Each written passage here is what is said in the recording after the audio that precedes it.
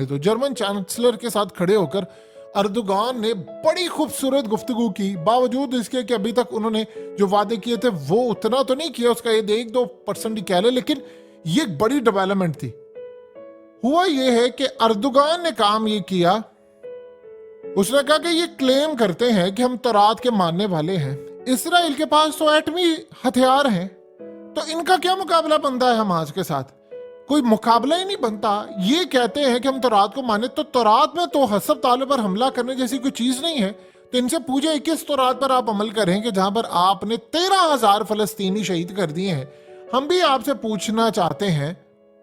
Erdogan ने कहा कि हम पर इजराइल का कोई कर्ज नहीं है, ठीक है, यानी हमने कोई इजराइल का कर्जा नहीं है देना, ये ज़हन में रखिएगा। ना हमने इजराइल के साथ कोई अपने मामला ऐसे रखे हैं, तो लिहाजा हमें कोई प्रॉब्लम नहीं है, हम तो खुलकर बात कर सकते हैं। यानी अब सादा अल्फाज में अगर पूछे तो उन्होंने ये बात कही है, उन्होंने कहा है कि असल में, यानी एक पंजाबी का एक मुहावरा है कि हम काने नहीं है किसी के, यानी हमें कोई इशू नहीं है कि हम इसराइल ने या कोई हमारी वीडियोस नहीं बनाई हुई हमारी, या आगे हम इनके खिलाफ बात नहीं कर सकते या फलाना नहीं कर सकते, हम तो खुलकर बात करेंगे। अर्दोगान ने एक ऐसी बात कही कि वहां पर सारे लोग हैरान रह गए। उसने कहा कि इसराइल ने हजारों लोग मार दिए गजा के अंदर, मस्जिदों को, चर्च को, सबको तबाह कर दिया। एक मुसलमान होने के नाते मैं इससे शदीद परेशान हूं, शदीद बॉदर हुआ हूं। मुझे एक बात बताइए, आप लोग तो ईसाई हैं, कि आप लोग नहीं हो रहे? उसने कहा कि आज मैं आपसे पूछता हूं कि आप लोग ईसाई हैं, आप मानते हैं, तो रात के अंदर कहां पर लिखा हुआ है? जाकर पूछो तो सही कि आप हसबदालों को मारे, आप चर्चेस को तबाह करें, मसाजिद को करें, क्या लिखा हुआ है? ये किस तो रात को मानते हैं? हम किसी सूरत इसराइल को ये दहशतगर्दी नहीं होने देंगे। आप में से कितने लोग हैं या दुनिया के कितने लोग हैं जो ये तस्लीम करने को तैयार हैं कि बच्चों को मारना, औरतों को मारना, सब तालों पर बम गिराना, ये सारा कुछ करना ये जायज है? आप लोगों को नहीं पता? क्या आप लोग एक अच्छे ईसाई नहीं है? ये सारी सूरत हाल के बाद आप अंदाजा कर लें कि वो जो साथ खड़ा हुआ था जर्मन चांसलर, इतना बेशरम इंसान है, इतना बेशरम इंसान है। आधी बात ठीक कर गया जो कि इस वक्त के लिहाज से है, वैसे तो ओवरऑल वो भी ठीक नहीं, और आधी बात उसने नहीं की। कहता है कि इजराइल के वजूद का जो हक है वो तो नाकाबिले तरदीद है, लेकिन हम चाह रहे हैं कि 2 स्टेट सोल्यूशन हो। इसराइल तो मानता ही नहीं है 2 स्टेट, यानी फलस्तीन भी रहे और ये भी रहे, लेकिन साथ कहता है कि इसराइल को अपने दिफा का हक हासिल है और गजा में जो कुछ हुआ इससे हमें दुख है। अर्दोगान ने कहा कि ठीक है, 7 अक्टूबर को जो हुआ उसके बाद दुनिया उसके बाद की बात नहीं करती। जो हो रहा है इस वक्त इसराइल, 40 दिन हो चुके हैं और इसराइल मारी जा रहा है और आप लोग सारे चुप हैं। आप उसे पूछते क्यों नहीं किए? तो कहता है जी हमें तौरात का हुक्म है, फलाना हुक्म है। कौन से तौरात के किस चैप्टर के अंदर लिखा हुआ है कि आप जाएं और आप आम लोगों को मारें? क्या ईसाई इनसे पूछेंगे नहीं? क्या कोई दुनिया के अंदर नहीं पूछेगा इनसे कि किस तौरात का? तुम तो मजाक उड़ा रहे हो। अर्दोगान की ये जो बात है वो असल में बड़े लेवल पर गई। आप जानते हैं नेतन्याहू के मुंह से क्या बात निकली? उसने कहा कि हमने कोशिश की थी कि शहरियों की जो हलाकतें हैं वो कम से कम हो, लेकिन हम इसमें कामयाब नहीं रहे और बहुत बड़ी तादाद में लोग मारे गए।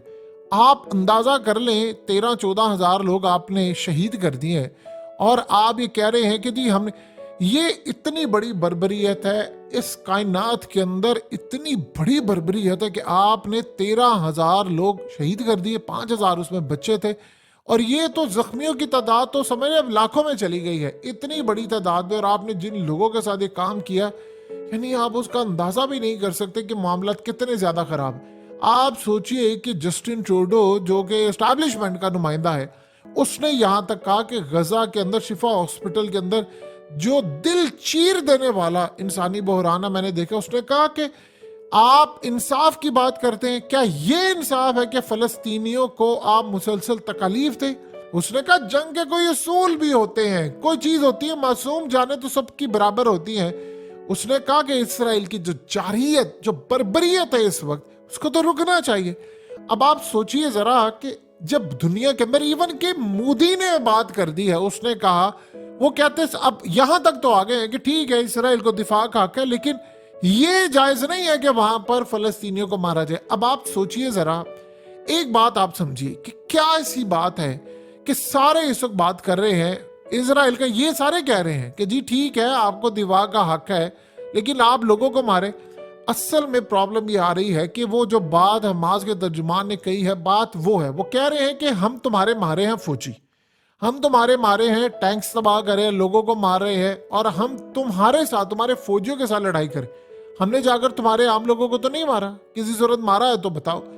تم لوگ کیا کام کر رہے ہو کہ تم لوگ چھپا رہے ہو، تم لوگ چھپاتے ہو، اور تم لوگ بدلے میں کہتے ہو کہ نہیں ہم نے اس کا جو بدلہ ہے وہ فلانے بندے سے لینا، وہ فلانے سے لینا، وہ ڈمکانے سے لینا۔ تم یہ بات کرتے ہو کہ ہم نے بدلہ ان سے لینا ہے، یعنی عام لوگوں سے لینا ہے، اور تم اس خبر کو چھپانے کے لیے یہ کام کرتے ہو۔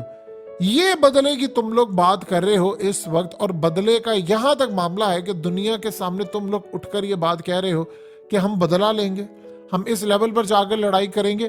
دنیا کو کہہ رہے ہو کہ میڈیا کے اوپر اگر یہ خبر نہ چلائے تو پھر دنیا ہماری اس خبر کو دیکھے گی اور ہماری بدنامی ہوگی کہ ہماری فوج کتنی ناکام ہو رہی ہے، ہماری فوج مار کھا رہی ہے، ہمارے ٹینکس تباہ ہو رہے ہیں۔